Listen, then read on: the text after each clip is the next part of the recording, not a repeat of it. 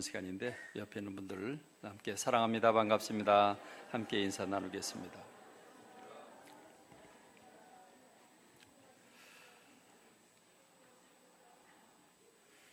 여러분의 가정, 여러분의 일터, 여러분의 마음밭에 늘 우리 주님의 사랑이 늘 뜨겁게 끓어 넘치기를 바랍니다. 주님의 사랑 때문에 늘 기뻐하고 감사하고 살아가는 오늘 저와 여러분이 되기를 바랍니다. 오늘 이 시간에는 열왕기하 13장 14절로 19절의 말씀을 중심으로 세 번만 치리다, 이렇게 이 말씀 붙잡을 때 성령께서 역사해 주시길 간절히 소원합니다. 우리 함께 기도하겠습니다. 하나님 아버지, 은혜와 사랑, 감사와 찬미를 주님 앞에 돌립니다. 우리를 예배자로 세우신 하나님을 찬양합니다. 우리 예배를 받으신 하나님, 이제 우리의 기도와 찬양을 받으신 하나님께서 말씀 내려주시길 원합니다. 말씀이 생명인 줄로 믿습니다. 우리 영혼을 소생하게 도와주시고 큰 꿈을 가지게 하시며 주님이 주신 걸 아낌없이 받을 수 있는 믿음의 그릇들 되도록 우리의 몸과 마음들을 어루만져 주시고 하나님이 종을 사로잡아 주셔서 주님의 도구로 쓰임 받을 수 있도록 역사해 주옵소서.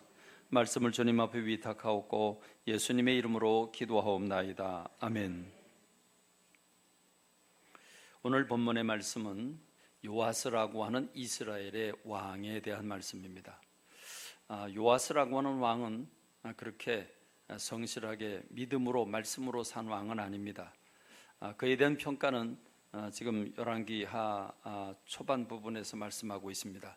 이스라엘의 여로보암이라고 하는 우상 숭배를 한 아주 악한 왕이 있는데 그 왕의 뒤를 따라서 그 역시 우상 숭배를 한 왕이다, 이렇게 얘기를 해줍니다. 이 요아스라고 하는 왕에게 한 가지 소식이 들려옵니다. 그것은 엘리사라고 하는 하나님의 종 선지자가 이제 나이가 들어서 자기의 소임을 다하고 병들어 죽을 때가 됐다고 하는, 그래서 병들어 누웠다, 죽을 때가 됐다, 죽을 때가 가까워졌다, 이렇게 소식을 듣습니다. 그 소식을 듣고 왕이 달려갑니다. 그래서 엘리사를 바라보고 눈물을 철철 흘리면서 내 아버지여, 내 아버지여, 이스라엘의 병거와 마병이여, 이렇게 외치면서 그 눈물 흘리면서 웁니다. 우리는 이 요아스라고 하는 왕인데, 한나라 왕인데, 이 한나라의 왕이 왜 선지자를 보고서 내 아버지여라고 말했을까? 자기 아버지가 아닌데 왜 내 아버지여라고 했을까?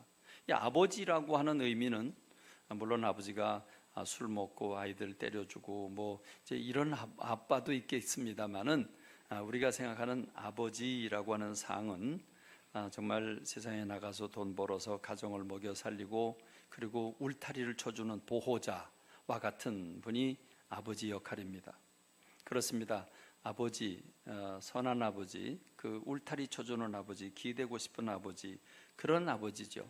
그러니까 지금 요아스라고 하는 왕에게 있어서 선지자 엘리사라고 하는 사람의 위치가, 존재가 그렇게 이 나라를 보호하고 이 나라를 지켜주는 그런 의미가 엘리사 선지자에게 있었다는 것이죠.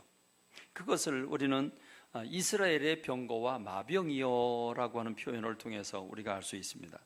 이스라엘의 병거와 마병이다. 자, 병거, 마병, 그럼 이것은 군대를 상징하죠.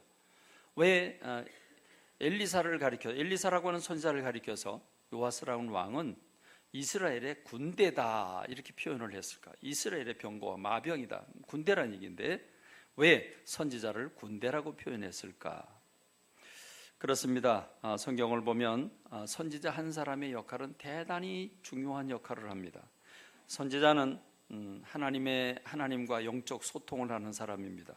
그래서 영적인 눈이 열려서 하나님의 계획을 알고 하나님과 소통하는 사람이기 때문에 전쟁이 일어나고 나라가 위기에 빠지면 그 문제를 놓고 하나님 앞에 간구하고, 그래서 나라가 그 위기에서 벗어나고 전쟁에서 승리를 가져오도록 돕는 역할을 하는 사람이 이 선지자입니다. 그래서 선지자가 정말 하나님과 소통하고 하나님과의 관계를 깊이 나누게 될 때 선지자 한 사람의 그 영향력이라고 하는 대단히 지대합니다. 엘리사 같은 경우를 보면 지금까지 여러 왕들을 섬겨왔는데 그 중에 이제 마지막 왕이 요아스인데 이 엘리사 같은 경우에 나라의 버팀목이 됩니다. 아람이라고 하는 나라가 지금 이스라엘의 숙적입니다. 이 아람이라고 하는 나라가 그 시대에 지금 요아스 왕 때 상당히 강력한 국가로 무상을 하고 그 국가가 계속해서 이스라엘을 괴롭힙니다. 자, 이 아람 왕은 전략을 세웁니다. 저 이스라엘 무너뜨리기 위해서는 왕을 없애야 되겠다. 그래서 왕을 죽이기 위해서 스파이를 보냅니다. 정탐꾼을 보내서 왕이 언제 어느 길로 가는지, 왕이 어떤 행사가 있어서 어디로 가는지 그 동선을 파악하고, 그래서 정탐꾼을 숨겨놓고 함정을 파놓고 유인을 하거나 대기하고 있다가 사람을 죽이려고 계획을 세웁니다. 그런데 분명히 정보를 듣고 준비를 하는데 하다가 보면 이스라엘 왕이 거길 오지 않습니다. 계획을 바꿉니다. 안 옵니다. 또 전략을 세우고 또 전략을 세우고 또 전략을 세워보지만 번번이 이스라엘 왕은 자기네 그물에 걸려들지 않습니다. 그래서 나중에 아람 왕이 화를 냅니다. 도대체 우리 신하들 가운데 누가 스파이냐? 누가 이스라엘 왕에게 우리의 정보를 빼다 주는 거냐? 우리의 정보를 알기 전에 어떻게 저렇게 이스라엘 왕이 우리 그물망을 벗어날 수 있는 거냐? 도저히 이해가 안 된다. 누구냐 도대체 색출해라. 이렇게 되니까 신하 중에 한 사람이 얘기를 합니다. 왕이요, 이스라엘에는 엘리사라고 하는 선지자가 있는데 그가 영적인 눈이 밝아서 왕이 침실에서 두세 사람과 더불어 비밀리에 계획을 세운다고 할지라도 그거 그 선지자 다 알 겁니다.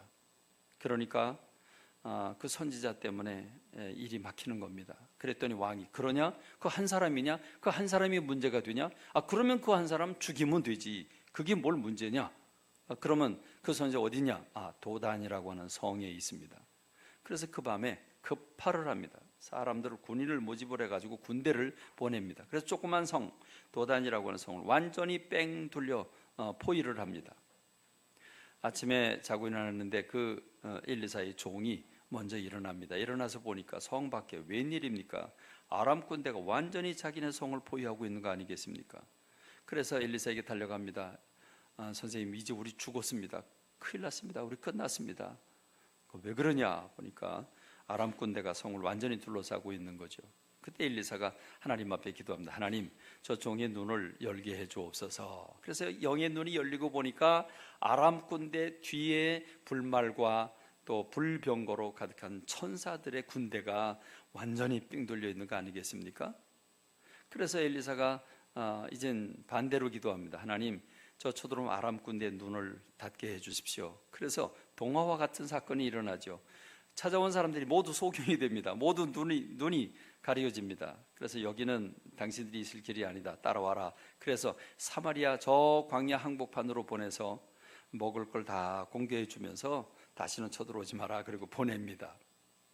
그러니까 이런 위기에 빠졌을 때 엘리사라고 하는 한 사람이 왕의 길을, 왕의 생명을 보호하고 전쟁이 일어나게 되면 그 전쟁으로부터 하나님 앞에 기도하고 간구하고, 그래서 그 전쟁으로부터 그들을 보호하는 역할을 했던 게 선지자입니다.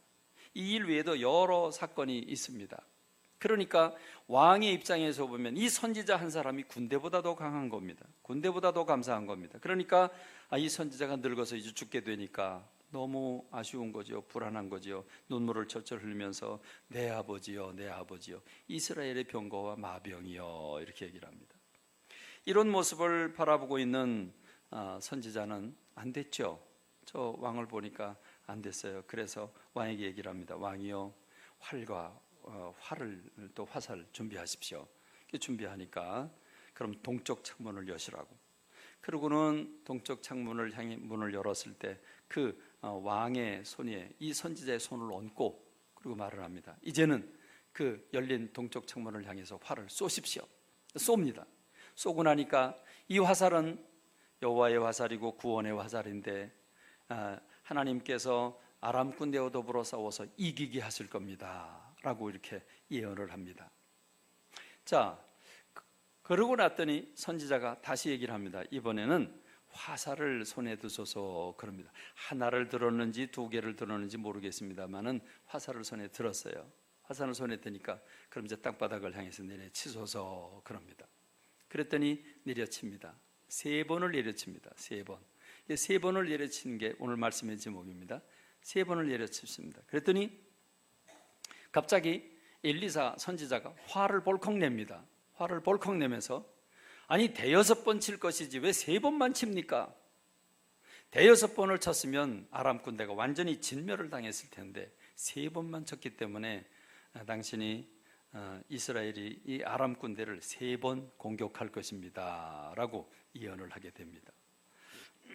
여러분, 저는 여러분과 함께 이 3번 내리치는 것을 생각하면서 저와 여러분이 왜 그런지 전혀 이유를 안 알려주고 여러분이 요아스라고는 왕의 자리에 있다고 치십시다. 그 자리 현장에 있다고 치십시다. 여러분들이 화살을 쏘라 그러면 화살 쐈겠죠. 이건 전쟁에서 이기게 되는 구원의 그런 하나님의 소식입니다 알려주고, 자 이번에 화살을 들어주십시오. 화살 들었어요. 여러분 손에 지금 화살이 들려져 있어요. 화살이 있어요. 그 다음에 땅바닥에 내려치소서 그랬어요. 그럼 여러분 몇 번 칠 것 같습니까? 몇 번 칠 것 같습니까? 저는 아무리 봐도 제가 저를 생각해 보니까 저는 그냥 한 번 쳤을 것 같아요. 저는 이렇게 막 용기 있는 사람이 못 돼서 그냥 화살 쏘래니까 쏜 거죠. 그리고 들으려니까 들었어요. 그리고 내려쳐라 그러니까 그럼 이렇게 한 번 내리치는 거겠지 뭐. 내리치라 그랬으니까. 그렇죠? 근데요 요아스는 3번을 내리쳤어요. 그럼 3번 내리쳤으면 대단한 거예요. 그렇죠? 3번을 내리쳤어요. 자, 여기서 우리가 뭘 깨닫냐면 선지자는 내가 지금 죽어가지만 뭔가 이스라엘 왕에게 도움을 주고 싶은 거예요. 도움을 주려고 하니까 그래서 내리치라고 한 거는 아람 군대를 생각하고 내리치라는 거죠. 그런데 왕은 좀 눈치가 별로 없었던 것 같습니다. 영적인 감각이 별로 없었던 것 같습니다. 여러분 일단 동쪽 창문을 열고 활을 쏘라고 그랬고 그리고 화살이 날아가는 걸 보고 이건 구원의 화살이라 아람 군대를 쳐서 이기게 될 거다 라고 얘기를 했으면, 화살을 또 들으라고 그랬으면 이게 뭔가 연관된 거로구나 여러분 딱 생각을 해야 되지 않았겠습니까? 물론 이제 갑작스러운 일이라 왜 그런지를 전혀 모르니까 내려치려니까 이제 3번 쳤어요. 저 같으면 한 번 쳤을 텐데 그래도 3번이나 쳤어요. 그런데 여러분 이걸 어떻게 쳤어야 됩니까? 어떻게 내리쳤어야 됩니까? 약하게 쳐야 돼요? 세게 쳐야 돼요? 그냥 세게 쳐야죠. 그렇죠? 근데 얼만큼 쳐야 돼요? 대여섯 번이 아니라 화살이 부러질 때까지. 그렇죠? 그냥 화살이 부러질 때까지 그냥 있는 향해서 내려쳤어야 돼요. 그렇게 되면 아람 군대를 완전히 멸망시키는 거니까. 자, 여기서 우리가 깨닫는 것은 영적 감각이 있어야 되겠구나. 이 센스가 좀 있어야 되겠구나. 그리고 내려치라고 할 때 믿음을 가지고 확실하게 내려쳤어야 되는데 믿음 없이 따라 하려니까 그냥 치려니까 치고 하려니까 하고 이런 것이 아니냐. 이 요아스라고 하는 사람은 실제로 믿음이 없었습니다. 우상 숭배한 사람입니다. 그러나 선지자가 살아있고 선지자가 깨어있어 선지자 때문에 나라가 평안했는데 이 선지자가 죽게 되는 거 아닙니까? 그러니까 선지자가 마지막으로 선물을 주고 싶어서 얘기를 했는데 큰 믿음을 가지고 정말 믿음으로 대여섯 번 내리치고 이 화살이 막 부러졌다 여러분 이렇게 되면 되는 건데 그러지는 못했습니다. 그래서 3번만 내리쳤다라고 하는 겁니다. 저와 여러분이 큰 꿈을 가져야 되는 줄로 믿습니다. 우리의 믿음이 강해야 되고 꿈이 커야 되는 줄로 믿습니다. 입을 크게 열어야 합니다. 입을 크게 열어야 합니다. 비전을 크게 가져야 합니다. 꿈이 커야 합니다. 적어도 서울대학을 가겠다고 꿈을 꾸고서 열심히 공부하면 서울대를 못 가면 연고대로도 가겠죠. 여러분 내가 이런 사람 되겠다고 에너지 있는 큰 꿈을 꾸면 그 꿈을 향해 달려가다가 보면 어디까지 달려갈지 모르지만 꿈이 아예 작으면 그릇이 아예 작으면 아예 무너지고 말 겁니다. 오늘 저와 여러분들이 믿음의 그릇이 크기를 간절히 소원합니다. 입을 크게 열게 되기를 바랍니다. 시편 81편은 아삽이라고 하는 사람이 지은 시입니다. 이 아삽이라고 하는 사람이 이 시편 81편 10절에 보면 하나님께서 하나님 자신을 뭐라고 말씀하시냐면 너를 애굽 땅에서 인도해낸 여호와 네 하나님이니 내 입을 열어라 내가 채우리라. 여기서 하나님께서 당신을 뭐라고 표현하냐면 나는 너를 애굽 땅에서 인도해낸 여호와 네 하나님이다. 하나님이 굉장히 지금 강조를 많이 하고 있어요.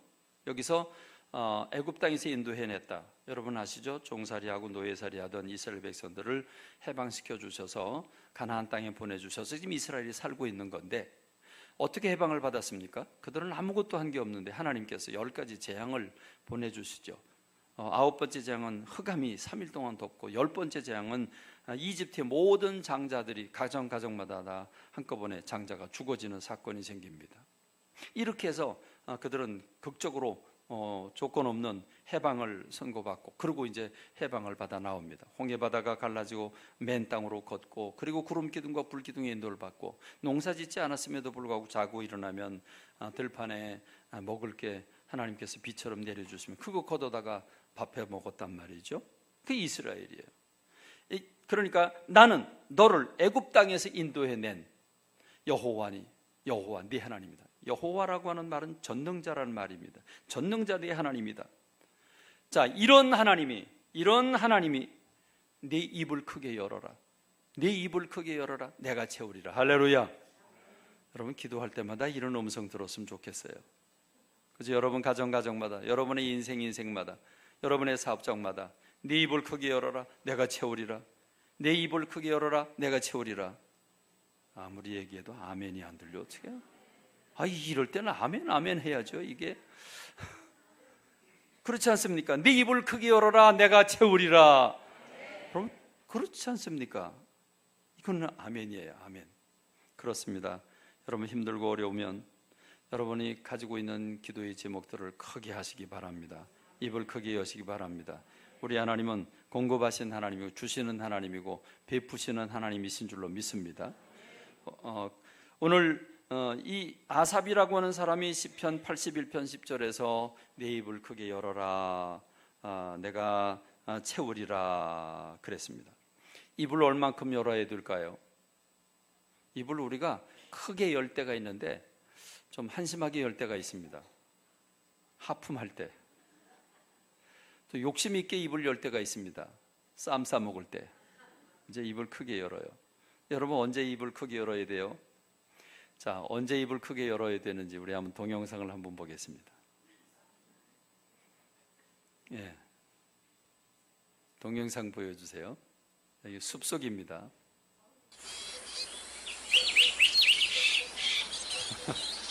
입을 크게 열어야 합니다. 잘 보십시오. 입을 크게 여는 새끼에게 먹이를 갖다 줍니다. 자, 먹이를 갖다 주죠. 잘 먹습니다. 아주. 입을 크게 열어야 합니다.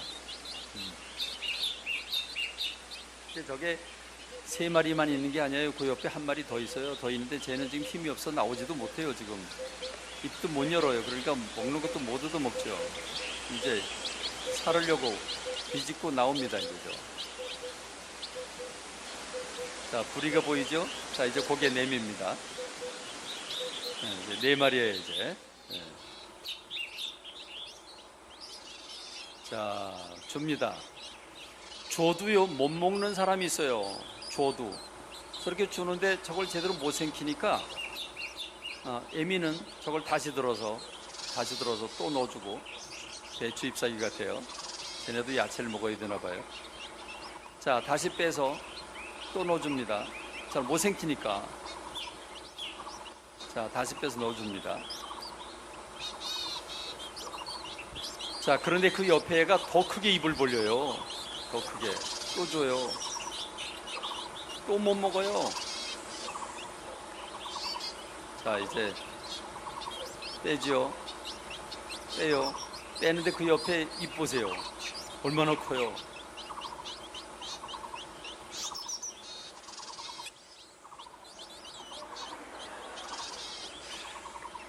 결국은 제가 다 꿀꺽꿀꺽 다 생겨버려요. 옆에 애는 쟤는 그냥 먹고 싶은데 먹지는 못하고 있죠. 이제 그만 보여줍시다. 됐습니다. 이제 그만 보여주세요. 여러분 이 새가요 저렇게 새가 새끼를 부화하고 새끼가 이제 자라면요, 하루에 1000번 이상 날라다가 먹인답니다. 1000번 이상. 근데 우리 생각에는 저렇게 자식이 넷이다 그러면요, 1번, 2번, 3번, 4번 그래놓고 1번 주고 갔다 와서 2번 주고 갔다 와서 3번 주고 그럼 될 것 같잖아요, 그렇죠? 근데요, 저 새들의 세계 안 그렇답니다. 누구에게 줄까요? 입을 크게 벌리는, 입을 크게 벌리는 적극적인 그런 그 새끼에게 먹을 걸 줍니다. 그러면 여러분, 결국은 비실비실한 놈은 제대로 못 얻어 먹으니까 짜그러지겠죠. 갖다 버립니다. 죽습니다. 그러니까 야생의 세계에서 저런 열정이 없으면 살아갈 수가 없겠죠. 그러니까 에미새는 어떻게 하든지 다 골고루 먹여서 그냥 다 살게 하는 게 아니라 살아난 놈들에게, 입을 크게 여는 놈에게 먹는 걸 주는 모습을 보면서, 조금 전에 보셨잖아요. 주는 것도 못 받아 먹는 놈이 있는가 하면 꿀거덕 잡아먹는 새가 있어요. 저는 이런 걸 보면서 입을 크게 열라 내가 채우리라, 입을 크게 열라 내가 채우리라. 입을 크게 여는 저와 여러분 되시길 바랍니다. 그런데 여러분, 이스라엘 백성들은 그 주님의 소리를 듣지 않았고 나를 찾지 않았다 이렇게 말합니다. 주님이 입을 크게 열면 채워준다고 했음에도 불구하고 이스라엘 백성들이 하나님을 찾지 않았다 말합니다. 그러고는 복종하는 채 했다고 말합니다. 우리 말씀을 봅시다. 15절 말씀 보면 복종하는 채 할지라도 그랬습니다. 여러분, 우리가 하나님을 믿는 척해서는 안 되는 줄로 믿습니다. 진실로 하나님을 믿는 저와 여러분이 되기를 바랍니다. 16절 말씀을 보면 또 내가 기름진 밀을 그들에게 먹이며 반석에서 나오는 꿀로 너를 만족하게 하리라 했습니다. 입을 크게 열고 주님 앞에 부르짖어 기도할 때 하나님은 응답해 주시는데, 이렇게 기름진 밀을 주고 그리고 꿀을 주겠다고 약속하고 계십니다. 그러므로 저와 여러분들이 입을 크게 열어야 되는 줄로 믿습니다. 예레미야 33장 1절로 3절의 말씀을 보면 일을 행하는 여호와, 그것을 만들며 성취하는 여호와, 그의 이름을 여호와라 전능자라 하는 이가 이같이 이르시도다. 너는 내게 부르짖어라 내가 내게 응답하겠고 내가 알지 못하는 크고 은밀한 일을 내게 보이리라 그랬습니다. 많은 분들이 응답받기 전에 일어납니다. 응답받을 때가 되면 그럼 이제 기도했다 그러고 일어납니다. 열심히 살다가 축복받을 때까지, 복받을 때까지 해야 되는데 복받기 전에 이제 됐나 보다 그러고 일어납니다. 여러분, 우리가 받아야 되는 줄로 믿습니다. 부르짖어라 내가 내게 응답하겠다, 내가 알지 못하는 크고 은밀한 일을 내게 보이겠다 말씀하셨습니다. 그렇습니다. 그러므로 왜 3번만 내려쳤냐? 대여섯 번 쳐야지. 믿음으로 입을 크게 열어야지. 왜 3번만 내려쳤냐? 그리고 선지자가 화를 냅니다. 마지막으로 그의 생애 동안에 마지막 선물을 주고 싶었는데 그것도 못 받는 요아스 그런 왕이었습니다. 그렇습니다. 믿음은 역사를 일으키는 힘이 됩니다. 믿음은 역사를 일으키는 원동력이 되고 모티브가 됩니다. 믿음이라고 하는 씨앗이 심겨져야 뭔가 줄기가 나오고 뭔가 열매가 달리게 된다는 말입니다. 믿음이 없으면 열매를 만들어낼 수가 없습니다. 여러분, 누가복음 17장 6절의 말씀을 보면 믿음이 겨자씨 한 알만큼의 크기, 그 크기에 믿음이 있었더라면 이 뽕나무도로 뿌리가 뽑혀 바다에 심기어라 하였을 것이 그것이 너에게 순종하였으리라. 여러분, 믿음의 분량이 겨자씨 한 알만큼만 있어도, 여러분, 우리가 이제 과일을 먹어보면 씨가 큰 것들이 참 많은데 과일의 왕이라고 부르는 그 두리안이라고 하는 과일을 보면 씨가 밤송이보다 한 2배 정도 큽니다. 그런가 하면 과일의 여왕이라고 부르는 망고를 보면 아주 손바닥만 합니다. 씨가 상당히 큽니다. 그런데요, 겨자씨는 얼만큼 작이냐면 우리나라에 비교를 한다면 배추씨하고 비슷합니다. 배추씨 잘 못 보셨어요? 그러면 채송화보다는 조금 크고 봉숭아씨보다는 좀 작고, 좀 이해가 되시죠? 배추씨만 합니다. 그러니까 여러분, 뭐 보잘것 없어요. 아주 그냥 손톱만큼도 아니라 믿음이 조금만 있어도 그러면 이 뽕나무도로 바다에 심겨라 라고 할지라도 심겼을 것이더라고 말합니다. 여러분, 이 얘기가 언제 이 말씀을 주시는 거 하니, 예수님께서 산에서 기도를 하시고 내려오는데 그 사이에 어떤 사람이 자기 아들이 귀신 들려서 제자들에게 옵니다. 그래서 좀 쫓아달라고 부탁을 하는데 제자들이 아무리 해도 이게 안 쫓겨납니다. 그때 마침 예수님 오셨고 예수님께 부탁을 합니다. 예수님, 제자들에게 가는데 못 고쳐주었습니다. 할 수 있거든 내 아이를 좀 고쳐주십시오. 그러면 그래 알았어, 내가 고쳐줄게 이러셔야 되는데 주님이 뭐라고 그러셨냐면 화를 벌컥 내십니다. 화를 벌컥 내시면서 할 수 있거든이 무슨 말이냐, 믿는 자에겐 할 수 없는 일이 없느니라. 할렐루야, 할렐루야. 무슨 말입니까? 예수님이요 자존심 상했다는 거예요. 그래서 이게 할 수 있거든, 할 수 있거든, 그러면 반대로 말하면 할 수 없으면 말고, 그렇죠? 할 수 없으면 말고, 할 수 있으면 도와주고, 할 수 없으면 말고. 우리가 어떤 일을 하다 보면 하다가 안 되면 뭐 할 수 없지 뭐, 하다가 안 되면 할 수 없지 뭐 좀 대쉬하다가 안 되면 그냥 할 수 없지. 여러분, 우리가 이런 삶을 살고 있는 건 아닙니까? 믿는 자에겐 능치 못할 일이 없느니라고 했습니다. 여러분, 믿음이라는 게 무엇입니까? 히브리서 11장 1절의 말씀을 보면 믿음이라고 하는 것, 정의를 내렸죠. 믿음은 바라는 것들의 실상이라고 그랬습니다. 실상이라고 하는 실제의 모양이죠.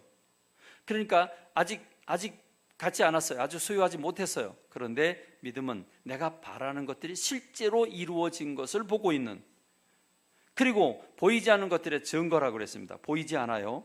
그런데 그걸 증거를 하고 있어요. 증거. 여러분, 이건 무슨 말입니까? 그만큼 확신이 넘친다는 말이죠. 또 오늘 저와 여러분의 믿음을 살펴봅시다. 될 만한 걸 믿으면 믿음이 아닙니다. 상식적으로 2 더하기 2로 4이라고 하는 걸 믿는 건 믿음이 아닙니다.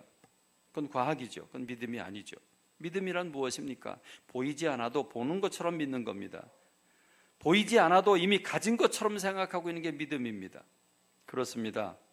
하나님이 주신다고 할 때 하나님의 역사하심을 내가 미리 바라보고 그것을 굳게 믿고 철석같이 믿고 의심하지 않는 것을 믿음이라고 말합니다. 또 오늘 저와 여러분들은 상식에 의존해서, 과학에 의존해서, 산수에 의지해서 계산해보고 될 것 같으면 믿는다. 그럼 그건 믿음이 아니죠. 그건 믿음이 아닙니다. 그래서 히브리서 11장 6절에서 뭐라고 말씀하십니까? 믿음이 없이는 하나님을 기쁘시게 하지 못하는데 하나님께 나아가는 자는 반드시 그가 계신 것과 또한 그가 자기를 찾는 자들에게 상 주시는 이심을 믿어야 된다 말씀하고 있습니다. 그렇습니다.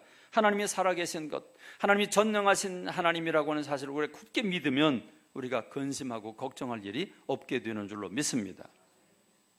예수님은 먹는 것 때문에, 입는 것 때문에, 그래서 우리 먹고 사는 것 때문에 힘들어하고 아파하고 또 염려하는 사람들을 향해서 이 믿음이 적은 자들아, 이 믿음이 적은 자들아, 하늘 나는 새를 봐라, 또 저 들에 피는 백합화를 보라. 그들이 농사짓고 씨를 뿌리지 않아도 하나님께서 다 먹이고 입히지 않느냐. 하물며 너희일까 보냐. 이 믿음이 적은 자들아, 너희는 먼저 하나님의 나라와 의를 구해야 되지 않겠냐. 이렇게 말씀하고 계십니다. 여러분, 성경에서 보면 정말 믿음을 가진 사람들, 여러 사람을 모델로 주고 있는데 백부장 같은 사람이죠. 로마 장교입니다. 로마 장교면 서슬퍼런 장군인데 그 장교인데 그 장교가 자기 하인이 병들어 죽게 됩니다. 그리고 예수님께 옵니다. 예수님께 와서 예수님, 내 하인이 병들어 지금 누워 있는데 죽게 됐는데 좀 말씀해 주시길 바랍니다. 고쳐주시길 바랍니다. 그랬더니 그래, 그럼 내가 가서 고쳐주마 그랬어요. 그랬더니 이 백부장이 손 행가래질을 하죠. 아닙니다, 아닙니다. 우리 집에 어떻게 예수님 같은 분을 모십니까? 우리 누추한 우리 집에 예수님 어떻게 모십니까? 아닙니다. 오시느라고 수고하실 필요 없습니다. 그냥 말씀만 하옵소서. 저도 내 수하의 그 밑에 사람 부하들에게 명령하면 그들 명령대로 움직입니다. 가람 가고 오람 오릅니다. 주님이 말씀하시면 병이 낫는 줄로 믿습니다. 말씀만 하옵소서. 여러분, 우리가 혹시 이렇지 않을까요? 예수님이 우리가 이제 어떤 기도의 제목을 가지고 힘들고 어려운 문제가 있는데 예수님이 그래, 내가 여기서 명령하면 내 그 문제 해결되니까 너 집에서 병 날 거니까 걱정하지 말어. 그리고 믿고 가. 주님이 명령하셨어요. 명령하시고 믿고 가. 그럼 우린 뭐라고 말할까요? 예수님, 그래도 우리 집에 와주세요. 그래도 우리 집에 오셔서 그래도 기도해 주세요. 여러분, 그럴 거 아닐까요? 그럴 것 같아요. 그럴 것 같아요. 여러분, 이 백부장의 믿음, 예수님 오시지 않아도 말씀만 하옵소서, 그럼 내 하인이 나을 것입니다. 그게 믿음인 줄로 믿습니다. 여러분, 혈루증 걸려서, 혈루병에 걸려서 10여 년 동안 정말 의사라는 의사를 다 찾아가도 고치지 못했습니다. 근데 예수님께서 오셨습니다. 그때 이 여인은 많은 사람들이 예수님 밀고 밀리면서 예수님 따라가고 있는 상황에서 이 여인은 예수님의 옷자락을 만지기만 해도 병이 낫겠다고 한 믿음을 가집니다. 그래서 믿음을 가지고 옷자락을 만집니다. 여러분, 그럴 때 예수님 당신의 능력이 빠져나가는 걸 느끼시죠. 그래서 뒤를 바라보고 누가 내 옷에 손을 댔냐고 묻습니다. 그러자 베드로가 그렇게 말합니다. 예수님, 지금 정신 나갔지요? 지금 이렇게 얼마나 많은 사람들이 밀리고 밀치는데 그 옷자락 만졌다고 그걸 얘기합니까? 그랬더니 예수님이 아니다, 내게서 능력이 나갔다. 그래서 그 여인이 고백을 하죠. 제가 그랬다고. 그래, 내 믿음대로 될지어다 하셨습니다. 여러분, 성경에 또 가나안 여인이 있는데 이방 여인입니다. 이방 여인이 자기 딸이 병 걸렸어요. 그래서 예수님께 찾아갑니다. 내 딸을 좀 살려달라고. 그래서 예수님이 이렇게 말씀을 하시죠. 내가 자녀에게 줄 떡을 들어서 개에게 던져주겠냐. 갑자기 여자는 뭐가 됐어요? 개의 여자가 됐어요. 개의 여자가 됐어요. 그러면 자존심 상해서라도 내가 못 고침 말지, 죽이면 죽이지, 내가 당신 같은 사람인데 안 데리고 간다, 뭐 아마 그랬을 겁니다. 근데 여인은 뭐라고 말합니까? 옳습니다. 옳습니다. 나는 기꺼이 개가 되겠다는 거죠. 옳습니다. 그러나 개라고 할지라도 주인의 상에서 떨어지는 부스러기는 먹지 않습니까? 부스러기라도 달라고 그렇게 애원할 때 우리 주님이 이스라엘에서 내가 이만한 믿음을 본 사람이 없다라고 얘기를 하십니다. 그렇습니다. 오늘 우리에게 믿음이 있길 간절히 소원합니다. 이 믿음이 있길 간절히 소원합니다. 여러분, 성경에 보면 신명기 1장에 이스라엘 백성들을 완벽한 모델로 소개하고 있습니다. 이스라엘 백성들은 이집트에서 종살이하고 있습니다. 노예살이하고 있습니다. 노예나 종이라고 하는 게 자유가 없죠. 돈 번다고 뭐 하집니까? 그리고 미래가 있습니까? 그들에겐 희망이 없습니다. 즐거움이 없습니다. 노예입니다. 남을 위해서 온몸을 혹사시키고 있는 인간 이하의 삶을 살고 있는 종입니다. 그런 종과 노예의 삶을 살고 있는 이스라엘 백성들을 하나님은 그들을 불러서 젖과 꿀이 흐르는 가나안 땅, 거긴 자유의 세계요, 거기에는 젖이 흐르고 꿀이 흐르는, 다시 말하면 행복의 동산으로 인간답게 살아가라고, 행복하게 살아가라고 내가 늘 해방시켜 주겠다고 약속을 하셨고, 그리고 놀라운 역사들이 일어납니다. 그래서 마른 땅처럼 홍해바다를 건너갔고, 그래서 광야에 왔습니다.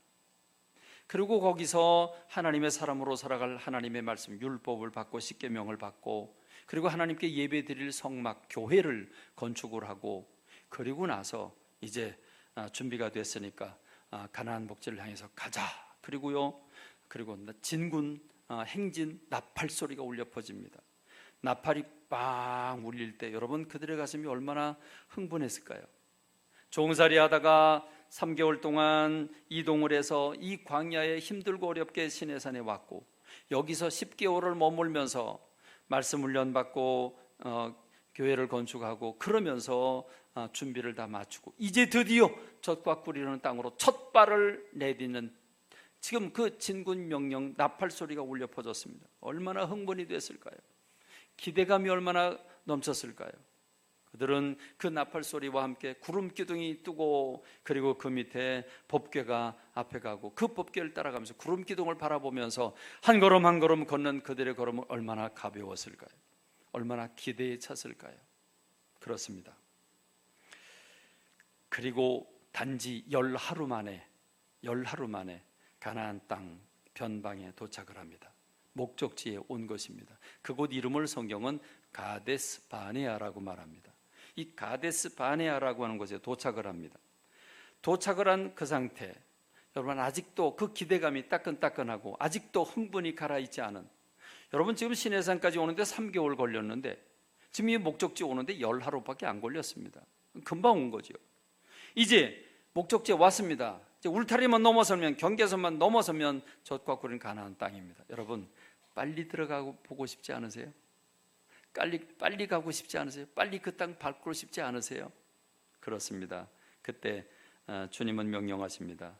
신명기 1장 20절로 21절의 말씀을 보니까, 신명기 1장 20절로 21절에 보니까 모세가 얘기를 합니다. 내가 너에게 이르기를 우리 하나님 여호와께서 우리에게 주신 아모리 족속의 산지에 너희가 이르렀으니 너희 하나님 여호와께서 이 땅을 너희 앞에 두셨은즉 너희 조상의 하나님 여호와께서 너희에게 이르신 대로 하나님이 말씀하신 대로 올라가서 차지해라.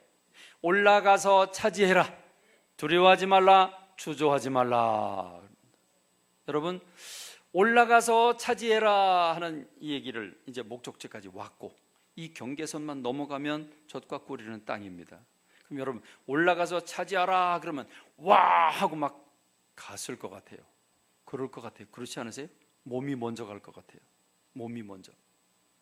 여러분, 올라가서 차지해라. 올라가서 차지해라. 차지해라고 하는 것은 가지라는 거잖아요. 올라가서 차지해라, 이 말씀을 가만히 묵상해 보니까 꼭 이런 것 같아요. 부모가요, 엄마가요, 맛있는 음식을 막 이것저것 만들어 가지고 밥상을 다 차려놓고, 얘들아 밥상 차려놨으니까, 밥 차려놨으니까 와서 먹어라 그런 것 같아요. 그렇죠? 올라가서 차지해라. 가서 밥 먹어라. 내가 밥상 다 차려놨다. 여러분, 그거 아니겠습니까? 주님께서 지금 이스라엘 백성들에게 젖과 꿀이는 땅에 왔어요. 이제 올라가서 숟가락만 들어라. 가서 먹어라. 올라가라. 차지해라. 올라가서 차지해라. 그러면서 주님은 이런 말씀을 하시죠. 두려워하지 마라. 주저하지 마라. 이 두려워하는 이유는 무엇입니까? 내가 여기 투자를 했다가 이게 될까 안 될까 확신이 없을 때 두려움이 옵니다. 그렇죠? 언제 주저함이 옵니까? 주저하게 되는 경우는 언제입니까? 이게 될지 안 될지 불확실할 때, 그 믿음이 없을 때, 그때 주저하게 되고 두려워하게 됩니다. 결국 이 두 가지는 두려워하지 말라, 주저하지 말라. 올라가서 차지하는데 두려워하지 말고 주저하지 마라. 그냥 곧바로 가라. 이 말씀인데, 두려워하고 주저한다는 얘기는 믿음이 흔들린다는 얘기입니다. 못 믿는다는 얘기입니다. 못 믿으면 주저하게 되죠. 그래서 이들이 하나님 앞에 알았습니다, 가자 그리고 간 게 아니라, 그들은 하나님, 그런데요, 가긴 가겠는데요, 그런데요, 우리가 가서 먼저 가서 보고 지형이 어떤지, 어떤 사람 살고 있는지, 성은 어떻게 생겼는지 우리가 가서 보고 그리고 나서 가면 안 되겠습니까? 그리고 가서 가면 안 되겠습니까? 하나님 말씀하십니다. 아니다, 내가 준비 다 해놨으니까 가라. 준비 다 해놨으니까 가라. 그러나 이스라엘 백성들은 그래도 먼저 가서 보고 가서 가면 안 되겠습니까? 그래서 하나님이 알았다, 그럼 그렇게 해라.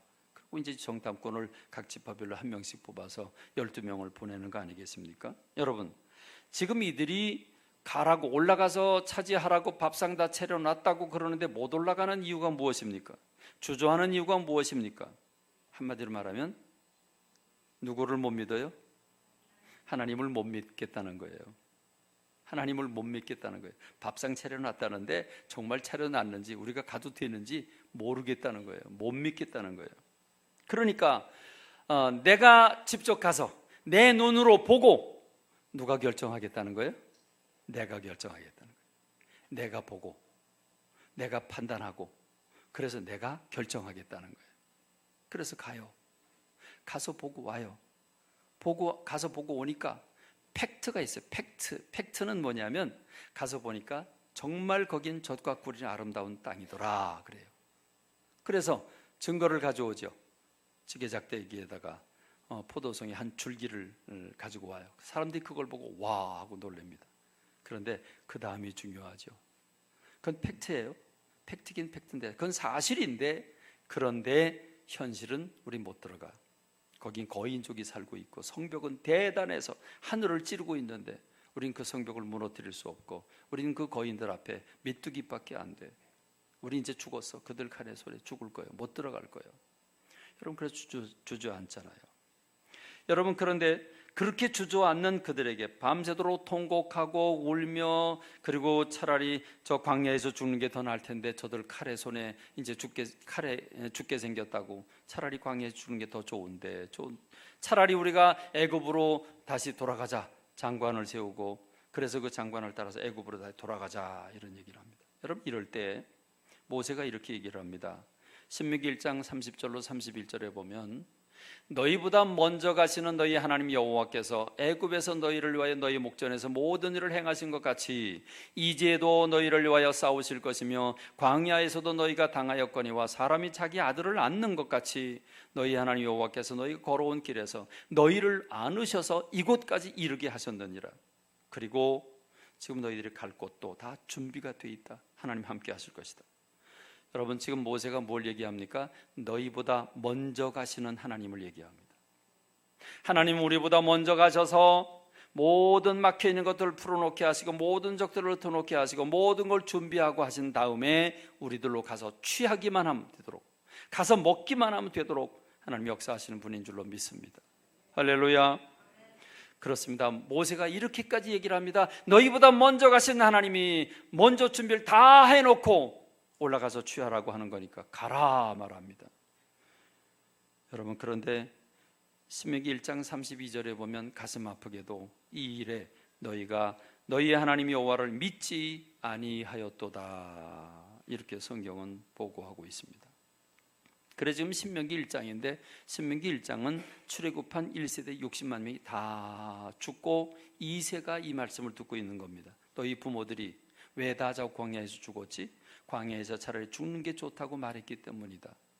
그 믿음 때문에 그들은 광야에서 죽었다고 말합니다. 그렇습니다.